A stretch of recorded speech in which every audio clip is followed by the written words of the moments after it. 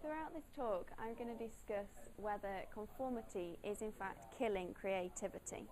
I'm going to give a brief intro about what creativity actually is, and then talk about the relationship it has with conformity, and then finally summarise by saying why creativity is so important in our education system. Firstly, I'm going to give a little quick story that Ken Robinson once did in one of his TED Talks in 2007. And he said that he was at his school nativity, not his, but his child's school nativity play. And the three kings came up to bear gifts for baby Jesus. The first king came up and said, "I bring gold." The second king came up and said, "I bring myrrh." And the third king came up and said, "Frank sent this." And I think this really shows the difference between teachers and adults and children. Because adults have a fear of being wrong. They don't try because they don't want to get it wrong. And if you're not prepared to be wrong, then arguably you'll never come up with anything original. If you don't try, then you're never going to succeed. This leads me on to talk about definitions that Ken Robinson proposed as to define creativity and divergent thinking. He said the two aren't synonyms of one another, but you need both together in order for true success to occur. He said creativity is the process of having original ideas, whereas divergent thinking is the ability to see multiple answers to one problem. So you've got creativity and divergent thinking. There was a study done in America that asked a group of kindergarten children to this exact question: what can you use a paperclip for?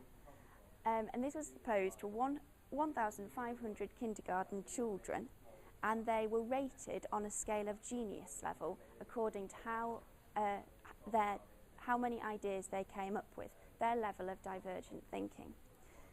These kindergarten children came up with over 200 different ideas about what they could use a paperclip for. When these children became 10 years old, their genius level of divergent thinking had reduced to 50%, and by the time they were 15 years old, this had reduced again to only 20%. So the trend is that they start good and they get progressively worse as they move through the education system. However, you could almost imagine this relationship to be the other way round. You could think as we become more educated, our level of divergent thinking, our ability to see more than one answer to one problem, grows. However, that's not the case. And the drive for success, the drive to achieve the right answer in our education system occurs through exams, because we're teaching our children to learn one answer to one problem.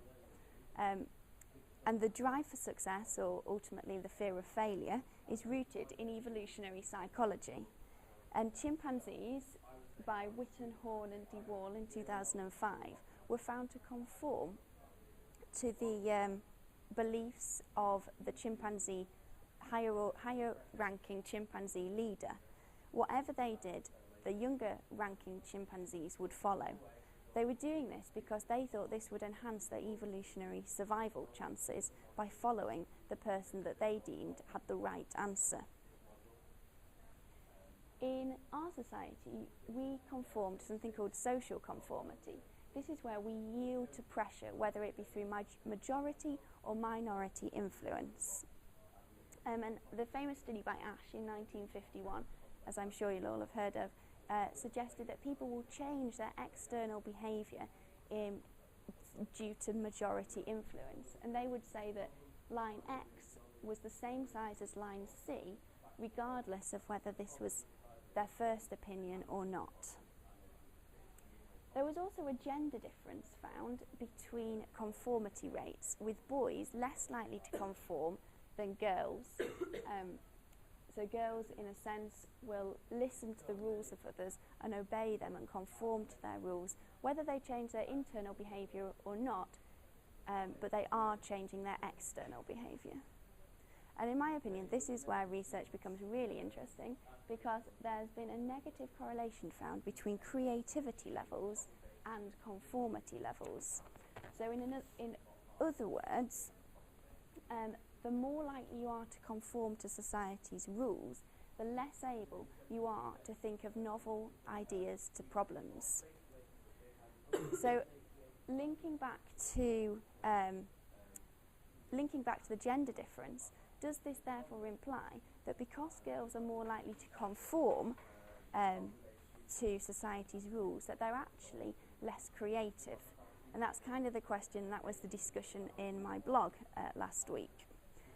So then, before I conclude, the question that I pose is why is creativity so important in our society? And research has found that children starting education now, if the retirement age stays as the same as it is today, the children that starting school now will retire when in the year 2074. This is a long time away, and we can't possibly predict what society will be like in 2074. And the Department of Labour suggested that 80% of jobs that will be sought after by these children currently in reception or year one, these jobs haven't even been created yet. So therefore we're trying to teach our children to answer problems that we don't even know are problems yet. And therefore the world is changing at a faster rate than we could possibly teach. We can't teach the right and wrong answers, as we currently are doing, to every single problem, because we don't know what the problems are. Creativity will allow our children to approach this ever-changing world with new ideas and new initiatives that others haven't thought of, and enable them to strive and succeed. So linking back to the first scenario I gave of a nativity, knowing what we now know about the relationship between conformity and creativity, do we want our children to be sheep, or do we want them to be shepherds? Thank you. Any questions?